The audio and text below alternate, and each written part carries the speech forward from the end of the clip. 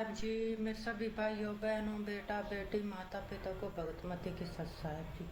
तो आज हम सुनेंगे संत रामपाल जी महाराज के सत्संग में कैसे जीवा और दत्ता को पूर्ण परमात्मा मिले, कैसे कितने सालों तक उन्होंने परमात्मा की उड़ीक की, सच्ची भक्ति की और लास्ट में आकर परमात्मा कबीर परमात्मा उनको मिली गए और पूर्ण परमात्मा ने सच्ची भक्ति बताई और उनका मोक्ष किया। तो सुनते हैं संत रामपाल जी महाराज की सत्संग में सभी भाई बहन बेटा बेटी माता पिता मिलजुल कर सत साहेब जी।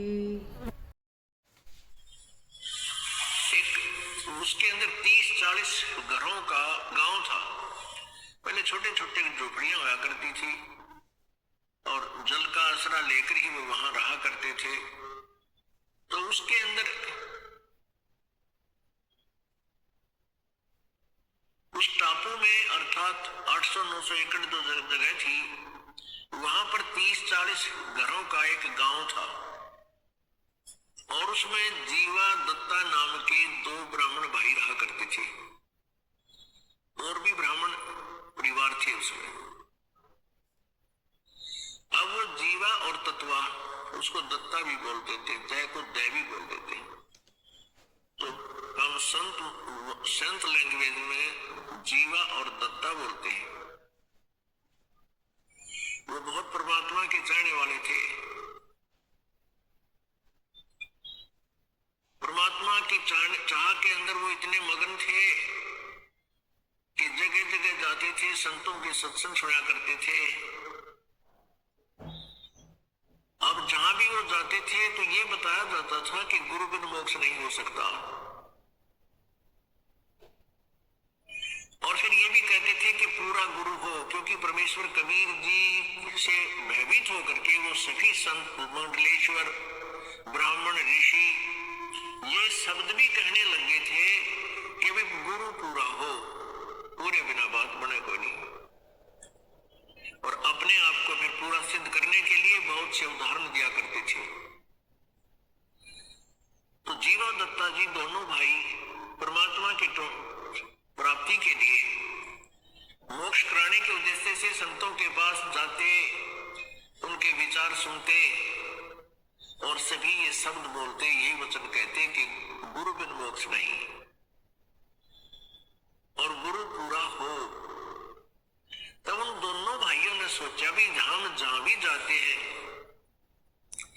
जिस भी ऋषि महर्षि के, संत के, मंडलेश्वर के, गुरु के, ब्राह्मण के वचन सुनते हैं, हमने तो वो सारे अच्छे लगे।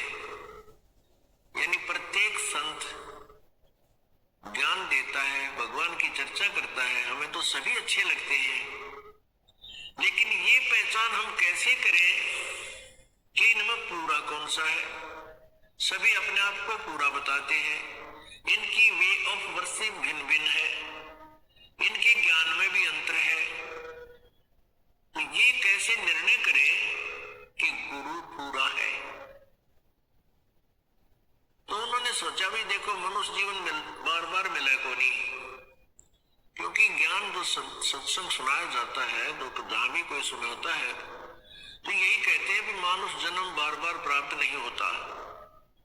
84 लाख योनियों के अंदर धक्के खाकर दुख उठा करके एक बार मानव शरीर प्राप्त होता है, और मानव शरीर प्राप्त करके परमात्मा की भक्ति नहीं की तो जीवन व्यर्थ हो जाता है।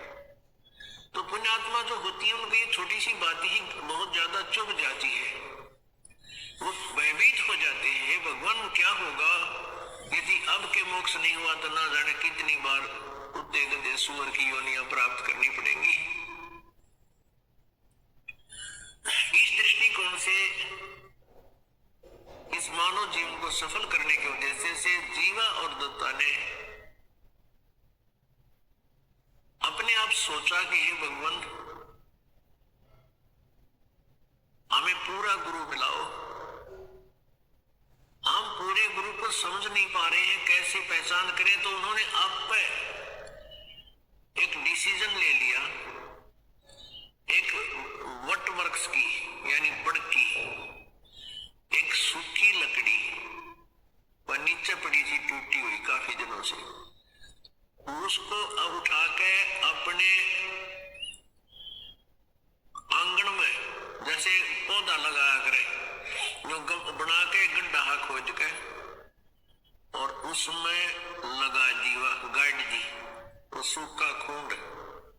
और फिर उन्होंने के विचार किया कि इस सूखे खूंड में टहनी में हम मंडलेश्वर संतों के चरण धोके और चरणामृत डालेंगे। यदि चरणामृत डालने से यह सूखी टहनी हरी होगी, हम उसको पूरा गुरु मान लेंगे। तो वैसे पुण्यात्माओं, ये कोई तरीका नहीं था पूरे गुरु की पहचान का, पर वो भोले वाले थे, श्रद्धा गणी थी भगवान में, और पूर्ण परमात्मा और पूरे गुरु के लिए वो तड़प रहे थे। तो परमात्मा अपनी ऐसी आत्माओं के लिए कोई ना कोई तरीका बनाता है। उन्होंने क्या किया, किसी भी मंडलेश्वर के पास जाते और उनसे उपदेश की प्रार्थना करते, उनके चरण धोके और अपने पात्र में डाल लाते। अब चरणामृत तो कोई भी दे देता है गुरु संत, आके उसमें डालते हैं।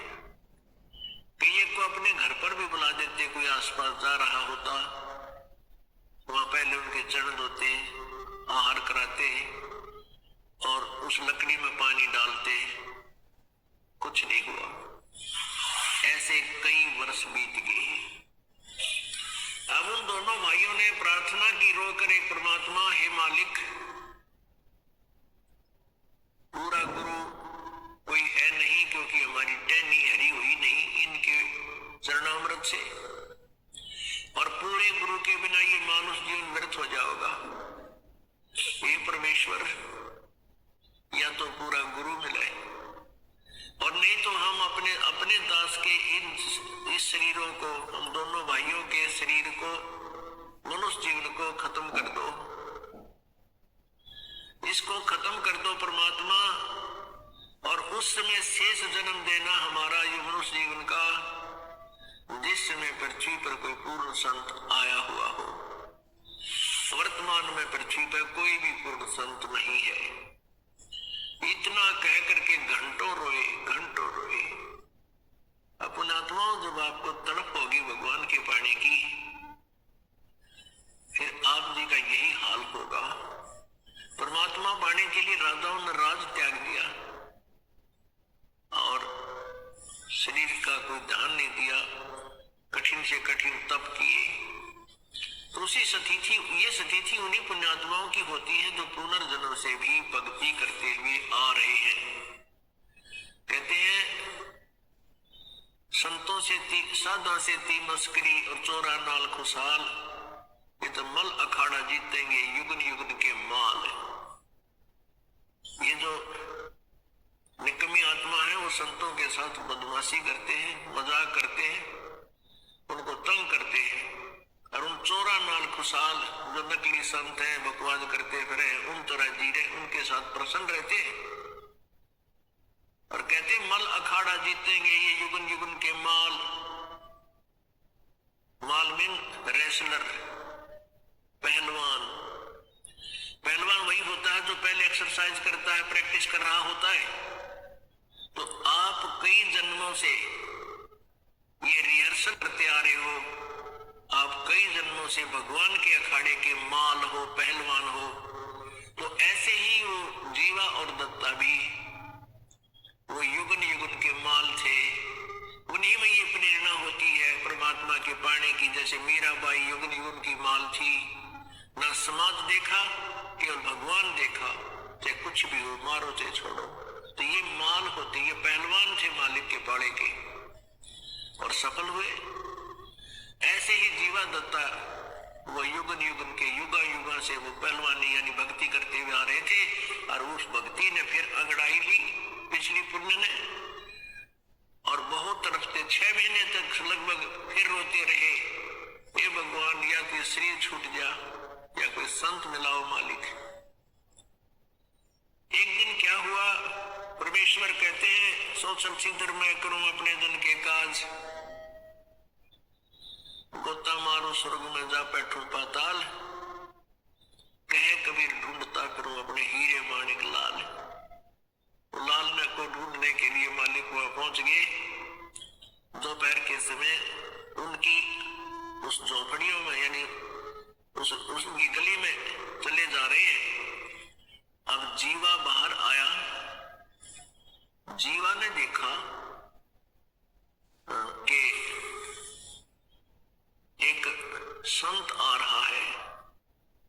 उसने अपने भाई से जाकर कहा कि भाई एक संत आ रहा है, आपकी आज्ञा हो लाऊं। अब दत्ता ने कहा कि भाई आपने देख लिया, मंडलेश्वरों को भी देख लिया हमने, इनके पास कुछ नहीं है और क्यों जख्म में आकर है और कई दिन रोना पड़ेगा, कुछ ना पावे इनके पास। अब वो क्या देखा कि वो परमात्मा उनके गली के उनके घर के आगे से आगे को चले गए, जैसे किसी का घर पूछ रहे हो, ढूंढ रहे हो। तो दत्ता बार बार जीवा के कहने से दत्ता बाहर गया। जीवा बड़ा भाई था दत्ता का। दत्ता ने बार बार कहा जीवा आपकी आज्ञा हो तो मेरा ऐसा दिल करे है इस संत ने बुला जाऊं मैं। अब जीवा ने कहा भाई कोई बात नहीं, अब तेरी इच्छा है तो ले आ, मैं क्यों मना करूं तुझे, देख ले। वो वापस गए तो परमात्मा फिर वापस आ रहे हैं उनके घर की तरफ, वापस जैसे घर गांव से बाहर जाने वाले हो। तो दत्ता ने जाके चरण पकड़ दिए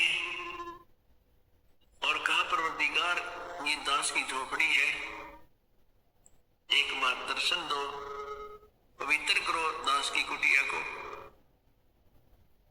परमात्मा बोले चल भाई, आगे अंदर जैसा भी घर पर व्यवस्था थी, कोई बैठना मुड्डा दे दिया, कोई छोटा सा सटूल।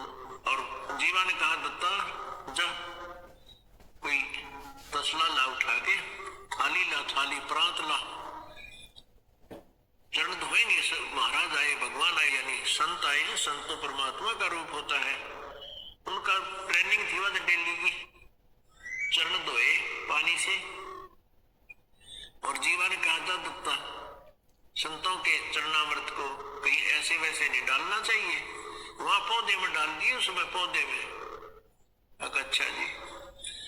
अब दत्ता ने जाकर वो जो ही पानी डाला उस तसले से प्रांत से, जैसा जिसमें पात्र में डाल रखा था, और पानी डालते डालते ही कोपल फूटे ही उस बट वृक्ष की टहनी गए। बोलो सतगुरुदेव की जय।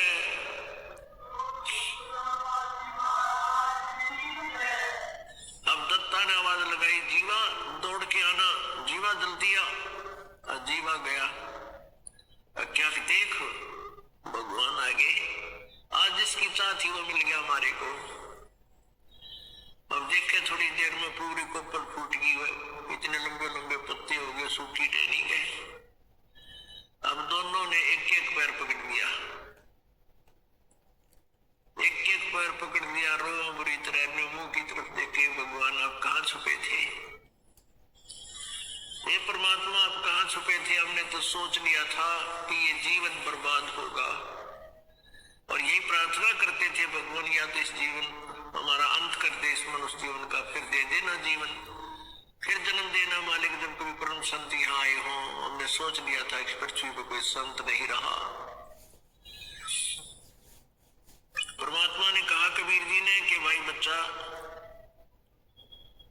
अगर पृथ्वी पर संत ना होगा इसमें आग लग जाएगी, यहाँ रह नहीं सकता प्राणी। ये तो संत यहाँ मैं रखता हूं एक आध अपना भक्त प्यारी आत्मा या स्वयं आता हूं, जिससे पृथ्वी पर बैलेंस बना रहता है। और बेटा जब पृथ्वी पर संत नहीं होगा तो इसमें आग लग जाएगी, पूरी पृथ्वी कट कर मर जा, आपस में इतना बुरा हाल हो जाएगा। तब उन्होंने कहा कि हे परमात्मा हमने तो आपकी बहुत इंतजार करी, आप नहीं आते तो हम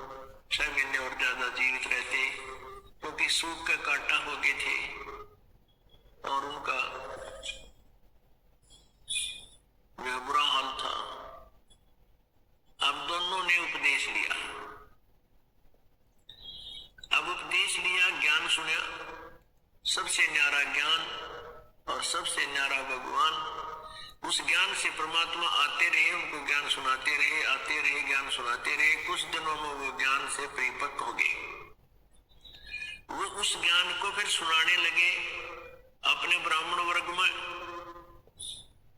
अब ब्राह्मण वर्ग तो राम और कृष्ण तो परमान्य को नहीं, शिव जी तो ज्यादा किसी की सुने नहीं, भैरव भूत की भी पूजा करवावे। अब उन्होंने पूछा भी तुमने गुरु कौन बना लिया? ऐसा नास्तिक तो ब्रह्मा विष्णु महेश से भी अलग कोई भगवान बताता है। तो उन्होंने बताया कि बनारस में, काशी में हमारे यानी परमात्मा ही आए हुए, वो पूर्ण ब्रह्म है, पूर्ण परमात्मा है। कबीर जी परमात्मा आएंगे तुम्हें मिलवाएंगे। तो परमेश्वर फिर आगे अपने भक्तों को संभालने के लिए जीवा दत्ता ने गांव वालों से कहा कि आ जाओ, आज भगवान आए। अब ज्ञान तो सुना नहीं, शुरू से पूछने लगे तू कौन है, तेरी जाति क्या है? वो ब्राह्मण लोग बोले तूने हमारे भाइयों को, हमारे धर्म के लोगों को मिसगाइड कर दिया है, तू मुसलमान है या क्या है? परमात्मा ने कहा जात ना पूछो संत की, पूछ लीजिए ज्ञाने, मोल करो तलवार का, पड़ी रहने दो म्याने। लेकिन नहीं माने। परमात्मा ने कहा भी मैं जुलाहा हूं और कबीर मेरा नाम है और काशी में रहता हूं। वैसे मेरा मूल ठिकाना सतलोक है। अब सतलोक न सुना नहीं कदे, वो सतलोक न समझे कि कहने लगे अच्छा धानक है तू, धानक है? कहां पक्का धानक हूं भाई, सारी सृष्टि की रचना बनाने वाला भी मैं ही धानक हूं और कपड़े बुनने वाला यहां पर भी मैं धानक हूं। सब उठकर चले गए। फिर उनका एक मीटिंग हुई, पंचायत हुई। कहने लगे भाई जीवा दत्ता को जाति से डाल दो, ये तो धानक का चेला बन गया, इसने तो हमारे जाति का नाश कर दिया, एक शूद्र का चेला बन गया, हम कहां मुंह दिखाएंगे? उन्होंने कर दिया फैसला, सुना दिया फरमान कि जीवा और दत्ता का आपस में भाईचारा बंद, होका पानी बंद और कोई नहीं बात करेंगे। सब जगह चिट्ठी लिख के भेज दी। अब दोनों बहुत दुखी हो गए। लेकिन ज्ञान ऐसा है परमात्मा का, सारा संसार रुष्ट हो जावे, ये मार्ग नहीं छूट सकता। फिर वो माल थे मीराबाई की तरह, युगन युगन के माल थे, पहलवान थे। अरे भाई, और माल वही हो तो सबने ढा दे, तो उनको कोई वो तो गई, कोई होता गया गलत, फिर कोई बात ना, परमात्मा से ही हमने वो मिल गया। फिर क्या हुआ कि जीवा के लड़का था और दत्ता के लड़की, दोनों विवाह योग्य हुए। अब कोई ब्राह्मण हाथ टेकन दे नहीं, कोई बालका का ब्याह क्यों कर करे। परमात्मा आए, चिंता व्यक्त की कि प्रभु ऐसे ऐसे समस्या आ गई हमारे सामने। वैसे तो आपके दास समर्पित हैं, आपके बच्चे भी ज्ञान को समझ चुके हैं, ऐसी तो कोई बात ही नहीं है, हमारे बिना ब्याह रह जाएंगे तो भी कोई दिक्कत नहीं हमने।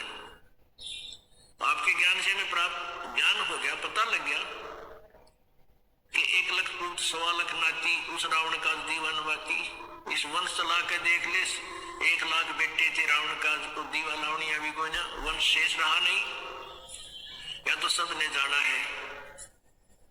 लेकिन इन लोगों ने हमारे साथ बुरा कर दिया, इन ब्राह्मणों ने हमारी हुक्का पानी बंद भाईचारे से अमल कर दिए, हमारे बच्चों के रिश्ते भी ये नहीं लेते, ना करते। परमात्मा बोले तुम एक काम करो, जगह जगह जाके कह दो भाई या तो हमारे बच्चों का ब्याह करो होने दो, और नहीं होने देते हो तो हम इन दोनों बच्चों की शादी कराएंगे आपस में। जीवा का लड़का दत्ता की लड़की, इन दोनों का ब्याह आपस में करेंगे, हम और क्या करें। अब उन्होंने ऐसा ही एक प्रोपगंडा फैला दिया। अब ब्राह्मणा की फिर पंचायत तो एक भाई जमानास हो गया, बहन भाई का ब्याह होगा कि तुम दिखावांगे, उनकी पंचायत होगी। कहने लगा, के विचार किया कि भाई लड़का लड़की का के दोष है, गलती तो उन दोनों ने कम्या की है, तो हम ये तो अलाउड कर दो भाई लड़की का लड़कियां की ब्याह अन्य स्थान पर हो सकता है। तो उन्होंने कहा कि ऐसे नहीं भाई, फिर तो कोई ब्याह ना करे उनका, तुम नो करो, लड़के और लड़की ने गोद ले लो और फिर हम ब्याह करेंगे। तो वो आए सारे इकट्ठे होकर कि खबरदार दे, तुमने आपस में ऐसा दीन भ्रष्ट किया तो, और ये लड़के लड़की तो हमारे हैं, ये लड़का लड़की हमें दो, हम उनको गोद लेते हैं, हम शादी करेंगे इनकी कितना करें ढंग से, तुमने इससे कोई लेना देना नहीं। वो बोले ठीक से ले जाओ, तेरे लड़का लड़की ने वह समस्या भी हल कर दी, ब्याह भी परमात्मा ने उन्हें आप पे ब्याह कराया, दोनों बच्चों का बस सर दर्द भी हटा दिया, ब्याह का खर्चा भी ना होया। तो फिर थोड़े दिन वो सीधे हो गए, ज्ञान समझ मान ला गया धीरे धीरे, क्योंकि वो बच्चे जहां गए उन्होंने भी ज्ञान समझाया, फिर वो सारा काम सेट हो गया, बच्चे भी उनको दे दिए और परमात्मा की भक्ति भी उस नगरी में तकरीबन करने लगे। अब जो वो सूखे टहनी बट के वृक्ष में झरनामृत डाला था टहनी में, वो एक पेड़ बन गया पूरा, और वो पेड़ आज भी विद्यमान है, 600 वर्ष हो गए उसने, वो पेड़ आज भी विद्यमान है। और वहां पर कबीर पंथ के ये परंपरागत महंतों का वहां एक आश्रम बना हुआ है, जो इन यादगारों को संभाले हुए है। उसको हम देख कर आए थे, स्वयं आंखों देख कर आए हैं, एक बार गए थे देखने के लिए। उसमें मंगलेश्वर गांव से एक नौका में बैठकर जाना पड़ता है, सामने एक बीच में दरिया है, उसको पार करके सामने वो स्थान है टापू सा।